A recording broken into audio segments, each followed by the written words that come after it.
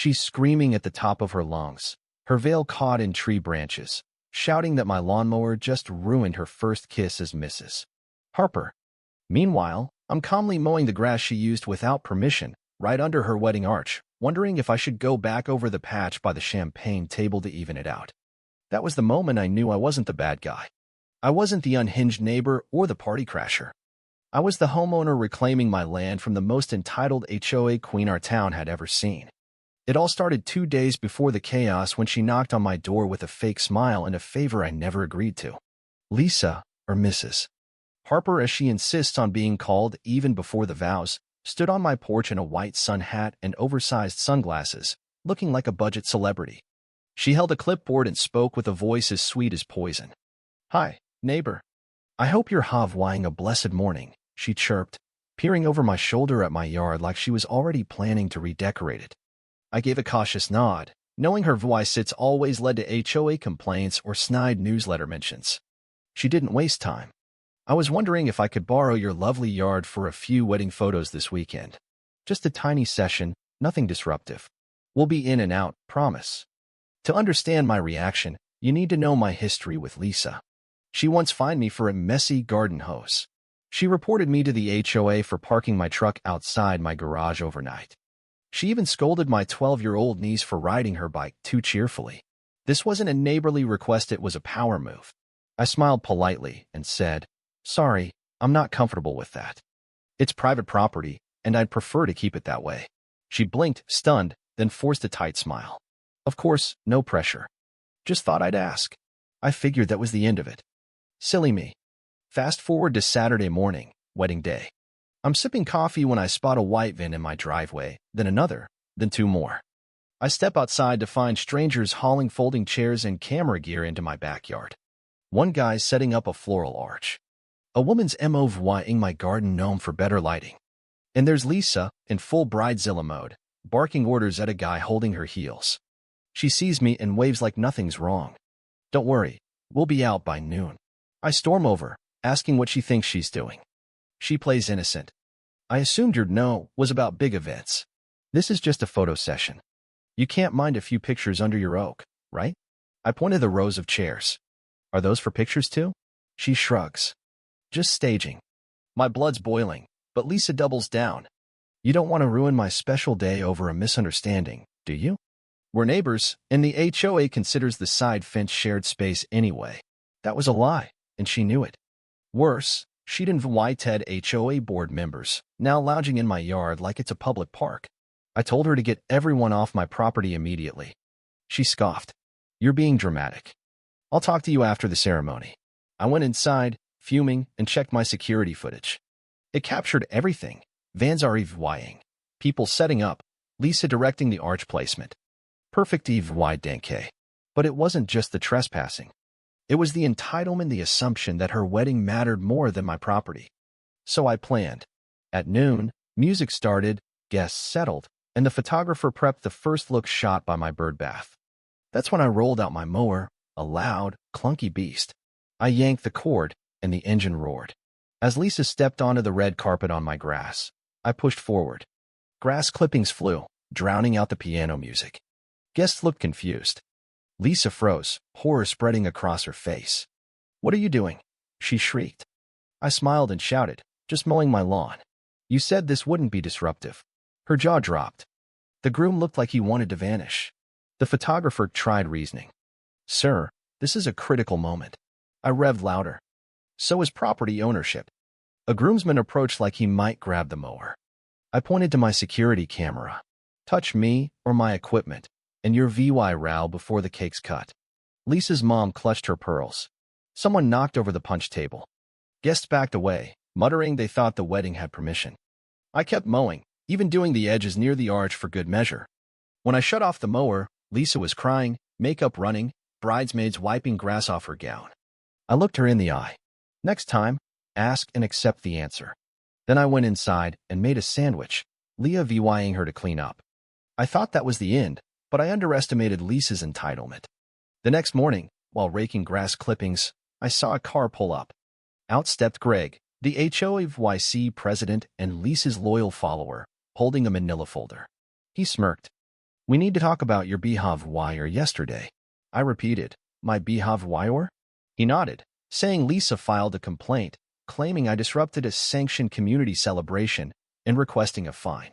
I leaned on my rake, barely holding back laughter. You people used my yard for a wedding. That's trespassing, and I've got footage.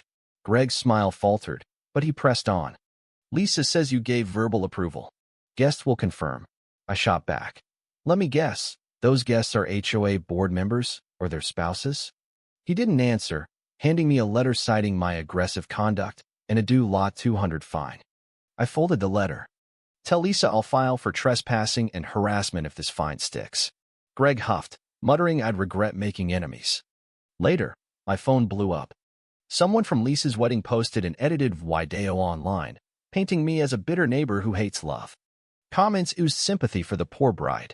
But my nephew had uploaded the unedited footage to TikTok and YouTube, titled, HOA Bride Steals My Yard, so I mowed mid-ceremony. It went viral, showing me denying Lisa's request, her crew trampling my flower beds, and the mower incident.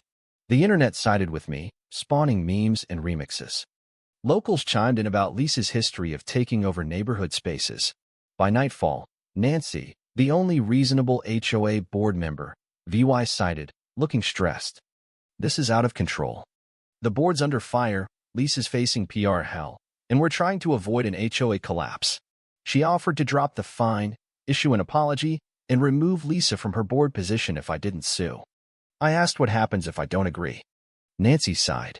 Lisa's talking lawyers, emotional distress, slander. She won't go quietly. I laughed. She used my yard, lied, and now plays VY Tim? Good luck in court. Nancy handed me a draft apology and left. I mulled it over. Part of me wanted to sue, but Lisa's reputation was already tanked, grass stains and all. 3 days later, I thought the storm was calming. Neighbors gave thumbs-ups, some brought cookies. But Lisa wasn't done. A man in a suit served me legal papers at my door.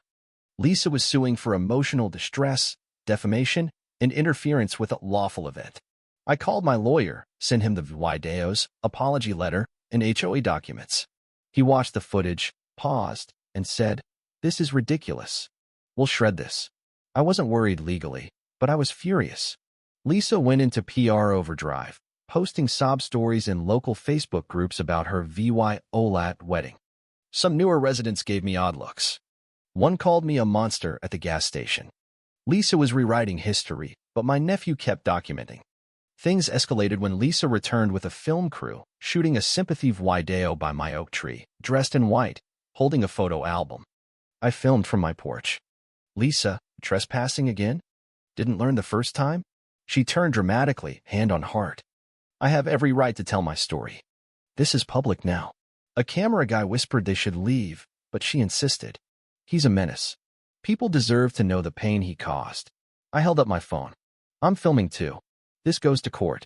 She froze, then ordered the crew to pack up, hissing, "You won't win." She'd lost her grip on reality, chasing a narrative she couldn't control. The next HOA meeting was packed. Lisa arrived with a binder of exaggerated stories, delivering a speech about community values and divisive personalities. Then I played the unedited footage, might know, her crew's setup, the mower, her second trespass. The room went silent. A board member gasped when Lisa shoved my bird feeder aside. I sat down without a word. The HOA president announced Lisa's indefinite suspension and an ethics investigation. Lisa screamed, "Witch hunt," and stormed out. People clapped. My nephew grinned from the back. In court, Lisa's lawyer spun a theatrical tale of a heartbroken bride. My lawyer played the footage, letting the truth speak. The judge asked Lisa if she had written permission. She stammered, unable to produce anything. My lawyer whispered, "Slam dunk." Shiloh thousands. Outside, the sunlight felt sharper. The viral video kept growing parodies, remixes, even a news segment on backyard justice. A lawn equipment company offered a sponsored video. I declined. Lisa went quiet, her house empty. A removal truck arrived a week later. She stood by her mailbox, sunglasses on, watching movers. Her hedges were overgrown, her fence peeling. She saw me watching, stared, then turned away. That was the last I saw of her. At the next HOA meeting, Nancy unveiled a revised charter, stricter property rules, unanimous board approval for events. She revealed Lisa misused HOA funds for personal landscaping and lied about votes. The board banned her from leadership roles forever. The applause was deafening. Neighbors shared their own Lisa story fines for leashes, tears over sidewalk chalk. I used the court damages to build an 8-foot privacy fence, dark wood with camera posts and a brass plaque. Private property. Unauthorized events will be mowed. It became a local landmark. Kids took selfies. Tourists asked to see the Lisa yard. I always said no. Weeks later, life normalized, but the neighborhood felt lighter.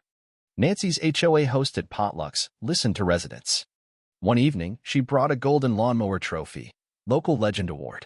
I laughed at it was absurdly perfect. She said my video might train HOAs on boundaries. Despite the humor, I sensed the story wasn't over until a letter arrived, unmarked, in rushed handwriting.